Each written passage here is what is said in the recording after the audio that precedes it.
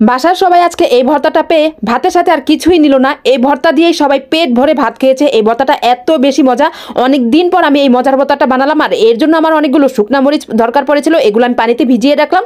আর আমি চাপা শুটকি নিয়েছি, এগুলো সিদুল শুটকিও বলে। চাপা শুটকিটা তো পুটি শুটকি দিয়ে যেটা বানায় সেটাও হলে চলে, সমস্যা নাই। তো আমি এখানে আস্ত পেঁয়াজ রসুন ভিজিয়ে রেখেছি, সবগুলোই ভিজিয়ে রেখেছি। তারপর এগুলো সব কিছু পরিষ্কার করে এখন বাটাবাটির পালা।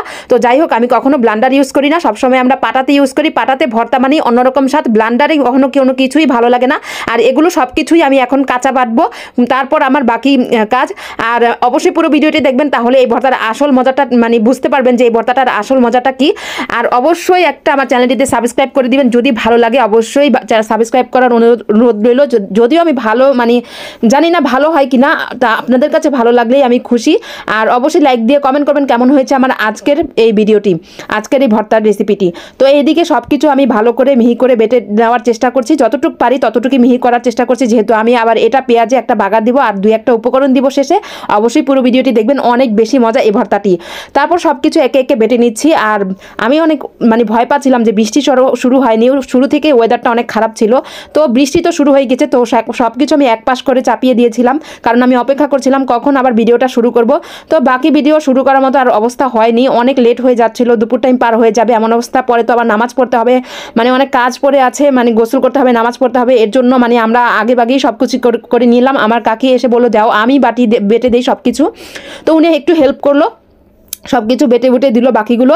তারপরে আরেকটু অপেক্ষা করলাম যে বৃষ্টিটা থামে নাকি। তো বৃষ্টি যেই থামা মাত্র মানে ওই আমি কাজ শুরু করে দিলাম। দেখেন এখনও কিন্তু আমার রান্নাঘরটা একটু ভিজা ভিজা রয়েছে, যেহেতু বৃষ্টির সিজন এমনটা হওয়ার কথাই। যাই হোক, এদিকে ছোটো চুলাটা ধরালাম। আর এখন একটু সয়াবিন তেল দেবো, তেলটা একটু বেশি লাগবে, এটার তেলটা বেশি দিলে মানে একটু ভালো লাগবে। তো তেলটা বেশি দিয়ে এখন পেঁয়াজটা দিয়েছি। পেঁয়াজটা বেশিক্ষণ মানে নেড়ে চেড়ে দেবো, একটু বেশিক্ষণ না রাখলেও চলবে। একটু যখন হালকা হালকা গলে যাবে না, মানে লাল লাল হওয়া লাগবে না, তখনই আমি এই যে বাটা যে আমি ভর্তাটা সেটা দিয়ে দিচ্ছি। তো এটা আমি যখন বাটছিলাম তখন এত সুন্দর একটা গ্রান, একবার হলে এই ভর্তাটা ট্রাই করবেন। তারপর একটা উপকরণ দিলাম কি, এখানে হলুদের গুঁড়া, একটু মরিচের গুঁড়া, কালারটা অনেক সুন্দর আসবে, এই জন্য আমি এটা দিলাম। অবশ্যই এটা দেওয়ার ট্রাই করবেন, অনেক বেশি মজা লাগবে। অনেকে হয়তো ভাবছেন যে ঝাল ভর্তা মানে কিন্তু একটু ঝাল না হলে কিন্তু ভর্তা ভালো লাগে না। আর আমরা একটু বেশি ঝাল খাই, তাই একটু বেশি ঝাল দিয়েছি, চাইলে আপনারা কম করে ঝাল দিতে পারেন। তো এটা যখন একদম তেলটা উপরে ভাজা করে ভেসে না উঠবে ততক্ষণ আমি অপেক্ষা করছিলাম। তো এই তো আমার চুলাটি মাশাআল্লাহ সুন্দরভাবেই জ্বলছিল। তো এই জন্য আমি আজকে একটা কথা বলি, আমি এত কষ্ট করে ভিডিও করি, অবশ্যই একটা সাবস্ক্রাইব করার অনুরোধ রইল। তো আমি কিন্তু লেবু পাতা দিয়েছি শেষে উঠানোর আগে, এটার ভিডিওটা আমার মানে স্কিপ হয়ে গিয়েছে। যাই হোক, লেবু পাতাটা অবশ্যই আপনারা দেখতে পেরেছেন যে আমি লেবু পাতাটা দিয়েছি, এটা একটা লাস্টের শেষের উপকরণ। তো পরিমাণ মতো লবণ দিয়ে আমি ভালো মতো এগুলো যখন তেলটা ভেসে উঠেছে তখন দিয়ে দিয়েছি। তেলটা দেখেন অনেকগুলো তেল দিয়েছি, তারপরে এমন হয়েছে। আপনারা চাইলে বেশি তেল দিতে পারেন, আমরা একটু কম তেল দিয়েছি, মানে বেশি তেলই দিয়েছি, তারপরও পরিমাণ অনুযায়ী একটু কম হয়ে গিয়েছে মনে হচ্ছে, কিন্তু খেতে অনেক বেশি মজা। একবার হলেও এই ভর্তাটি ট্রাই করবেন। অনেকে হয়তো এই ভর্তাটার রেসিপি জানে, অনেকে হয়তো জানে না। তারপর আমি অনেক দিন পরে এই ভর্তাটা বানালাম, মানে পেটটা ভরে কয়টা যাতে ভাত খেতে পারি এই জন্য।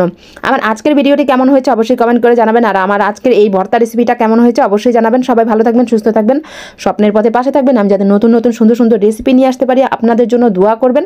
আমার আরও অনেক মজার রেসিপি আছে, চাইলে আপনারা দেখে আসতে পারেন। অনেক ভর্তা রেসিপি আছে, চাইলে দেখে আসতে পারেন। আর আমার জন্য দোয়া করবেন। আল্লাহ হাফেজ।